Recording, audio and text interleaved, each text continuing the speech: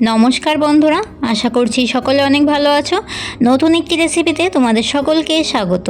আজকে আমি বানিয়ে দেখাবো অনুষ্ঠান বাড়ির মতো পাবদা মাছের ঝাল কিংবা সর্ষে পাবদা। এই রেসিপিটি করার জন্য আমি এইখানে 400 গ্রাম মতো পাবদা মাছ নিয়েছি। মাছগুলোকে পরিষ্কার করে ধুয়ে নিয়েছি। এইদিকে নিয়েছি লবণ, হলুদ, কাঁচা লঙ্কা, সর্ষের তেল, গোটা সর্ষে, গোটা জিরে, পোস্ত। এইখানে একটা মিডিয়াম সাইজের টমেটো কুচি করে নিয়েছি। মাছগুলোকে ম্যারিনেট করার জন্য দিয়ে দিচ্ছি স্বাদ মতো লবণ, হলুদের গুঁড়ো, দিয়ে দেব 1 চামচ মতো সর্ষের তেল।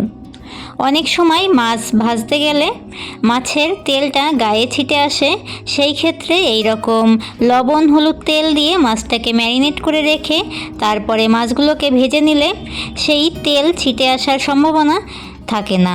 মাছগুলো 5 মিনিট পরে ভেজে নেব। এইদিকে মশলাগুলোকে মিক্সিং জারে দিয়ে 5 মিনিটের জন্য রেখে দেব। 5 মিনিট পরে মশলাগুলোকে পেস্ট করে নেব। একটু ভিজিয়ে রাখলে মশলাগুলো খুব ভালো পেস্ট হবে। এবারে প্যানে দিয়ে দিচ্ছি সর্ষের তেল। তেলটা খুব ভালোভাবে গরম করে নিয়ে গ্যাসের আঁচটা লো ফ্লেমে করে দিয়ে মাছগুলোকে ভেজে নেব। তোমরা যারা প্রথম আমার চ্যানেলে আমার ভিডিও দেখছো, আমার চ্যানেলটিকে সাবস্ক্রাইব করে দিয়ে পাশে থাকা বেল আইকনটি অল করে রাখার অনুরোধ রইল, যাতে আমার নিত্য নতুন রেসিপিগুলো তোমরাই প্রথমে দেখতে পাও।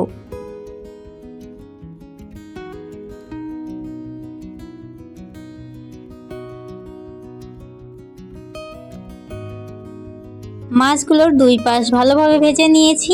এবারে তুলে নিচ্ছি।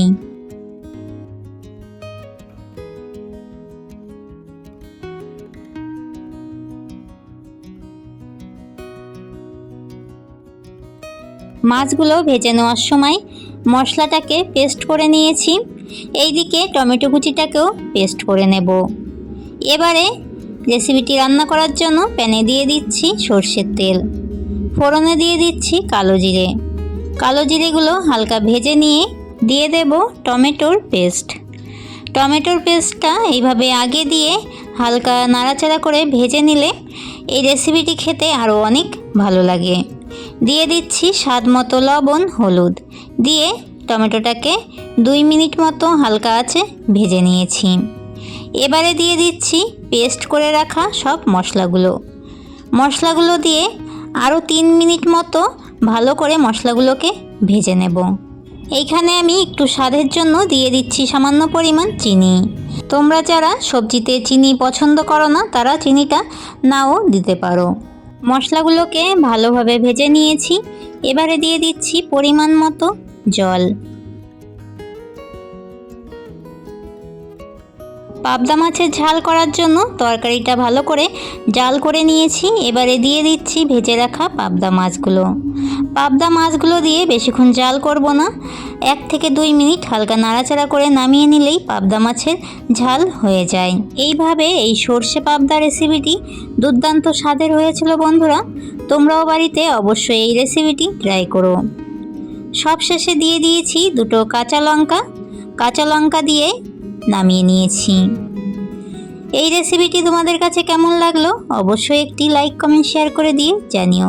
আজকের মতো এতটাই। সকলকে টাটা।